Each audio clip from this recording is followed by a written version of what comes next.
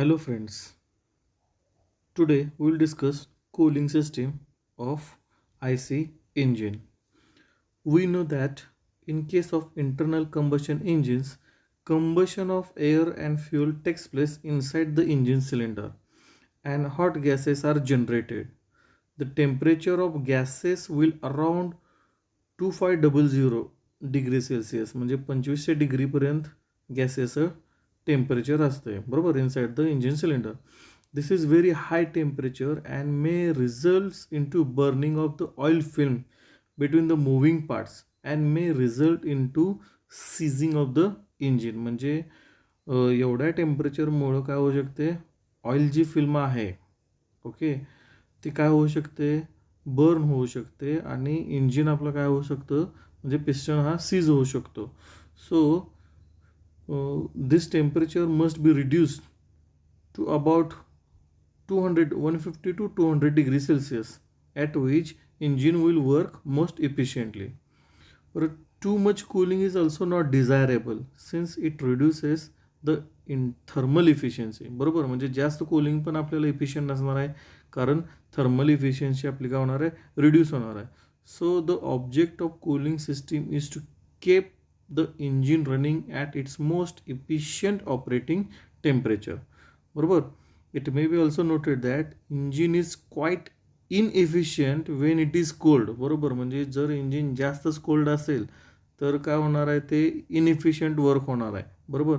And hence the cooling system is designed in a such way that it prevents cooling when the engine is warming up. म्हणजे engine गरम होताना काय करतं, cooling system prevent करते कूलिंगलाच. कधीपर्यंत till its attend the maximum efficient operating temperature and then it starts the cooling. बरोबर का. म्हणजे कूलिंग सिस्टीमचं लक्षात आलं, engine is quite inefficient when it is cold and hence the engine cooling system is designed in a such way that it prevents cooling when the engine is warming up. कधीपर्यंत till it attends the maximum efficient operating temperature then it starts cooling. बरोबर.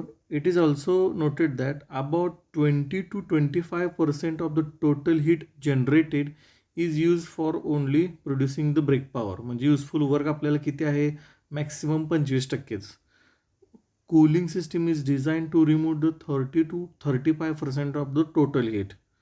Remaining heat is lost in friction. परत some heat is carried away by the exhaust gases. लक्षात आलं. आता objective काय काय आपले cover होतील बघा. After studying this cooling system we will understand the methods of the cooling of I C engine. बरोबर. त्याच्यानंतर we will learn air cooling system और we know the water cooling system of the I C engine. बरोबर. लक्षात आलं. Next purpose of cooling. आता purpose of cooling काय आहे बघा.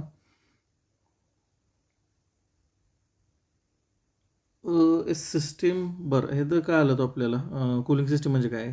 कूलिंग सिस्टीम म्हणजे काय, system which controls the engine temperature. म्हणजे कुठली सिस्टीम, कूलिंग सिस्टीम. ठीक आहे. आता the cooling system is provided in the I C engine. कशासाठी प्रोव्हाइड केलेले आहे तर आपण मागे जे बघितलं की temperature of the burning gases in the I C engine cylinder is maximum which is म्हणजे जवळपास 2500 डिग्रीपर्यंत आहे, which is above the melting point of the material of the cylinder body and head of the engine. म्हणजे सिलेंडरचं जे material आहे, पिस्टनचं असेल, cylinder heads असेल, त्याच्यापेक्षा जास्त टेम्परेचर तयार होतं आहे. बरोबर. So if this heat is not dissipated it will result in the failure of the total cylinder material. Again, due to very high temperature, the film of lubricating oil is oxidized, thus producing the carbon deposits on the surface. त्यामुळे engine पण seize होऊ शकतं.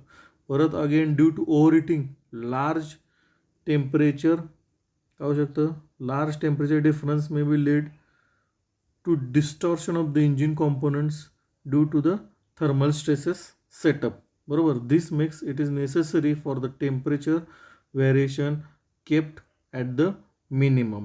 Higher temperatures also lower the volumetric आणि thermal efficiency of the engine. So purpose काय आहे, to maintain optimum temperature of an engine for efficient operation under all conditions, to dissipate surplus heat for the protection of the engine components like cylinder, cylinder head, piston rings and valves, to maintain the lubricating property of an oil inside the engine cylinder for functioning of the engine. बरोबर, this is the purpose of engine cooling system. Next बघू requirements of the efficient cooling system. म्हणजे efficient cooling systemच्या requirement काय असतील. There are two main requirements आपण बघू. It must be capable of removing only about 30% of the heat generated in the combustion chamber. बरोबर, म्हणजे आपले good requirement cooling सिस्टमची good requirement काय पाहिजे की it must be capable of removing only 30% of the heat generated in the combustion chamber. Too much removal of the heat louvers the thermal efficiency of the engine, आपण माशी बघितलं. दुसरा point आहे की it should remove the heat at fast rate Wien the engine is hot. बरोबर, it should remove heat at fast rate when the engine is hot. During the starting of the engine, the cooling should be very slow so that different working parts reach their operating temperatures in short time. Okay, so these are the requirements of good cooling system. Next, आपण पहिला types बघू. So टाइप्समधले बघितले तर there are two types of cooling system. बरोबर, कोणत्या कोणत्या आहेत. एक पहिली एअर आणि दुसरी आहे ते वॉटर कूलिंग सिस्टीम. आणि त्याच्यामधली पहिली आपण बघू air cooling system. Water cooling सिस्टीममध्ये आपण नेक्स्ट व्हिडिओमध्ये बघू. तर एअर कूलिंग सिस्टीम आता सगळ्यांनी बघितलेलं आहे. टू व्हीलर आपण सगळ्यांनी वापरलेलं आहे.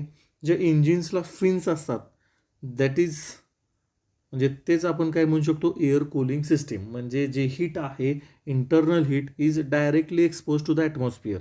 बरोबर, ॲटमॉस्फिअरलाच काय करतो आपण त्याला एक्सपोज करतो. म्हणजे जी हीट इंजिनमध्ये तयार होणार आहे ड्यू टू कंडक्शन.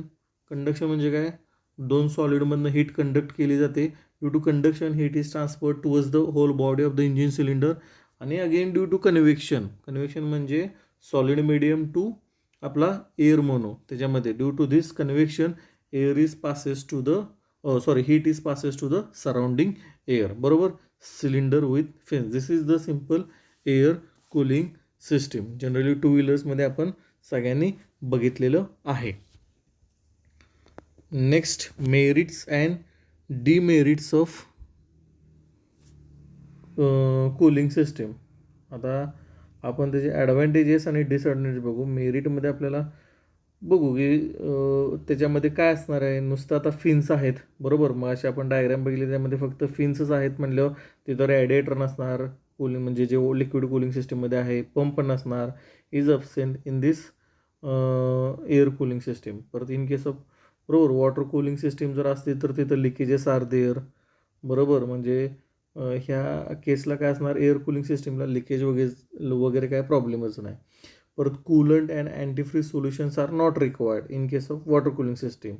बरोबर, आणि डिसॲडव्हान्टेज म्हणजे डिमेरिट्स जर बघितले तर त्याचे कम्पॅरेटिव्हली काय आहे लेस इफिशियंट आहे as compare to water cooling system. आणि it is used in aeroplanes and motorcycle engines where the engines are expose to air directly. बरोबर, लक्षात आलं. म्हणजे ॲडव्हान्टेजेस काय आहेत, मेरिट्स काय आहेत. It is more simple in design and construction air cooling system. Water jackets, radiators, water pumps, thermostats, परत जे काही कूलंट्स वगैरे are not needed. It is comparatively lighter in weights. So these are the merits. And demerits कोणते आहेत. There is uneven cooling of engine parts. Engine temperature is generally high during the working period. Okay, so thank you. In next video lecture we will discuss water cooling system. Thank you.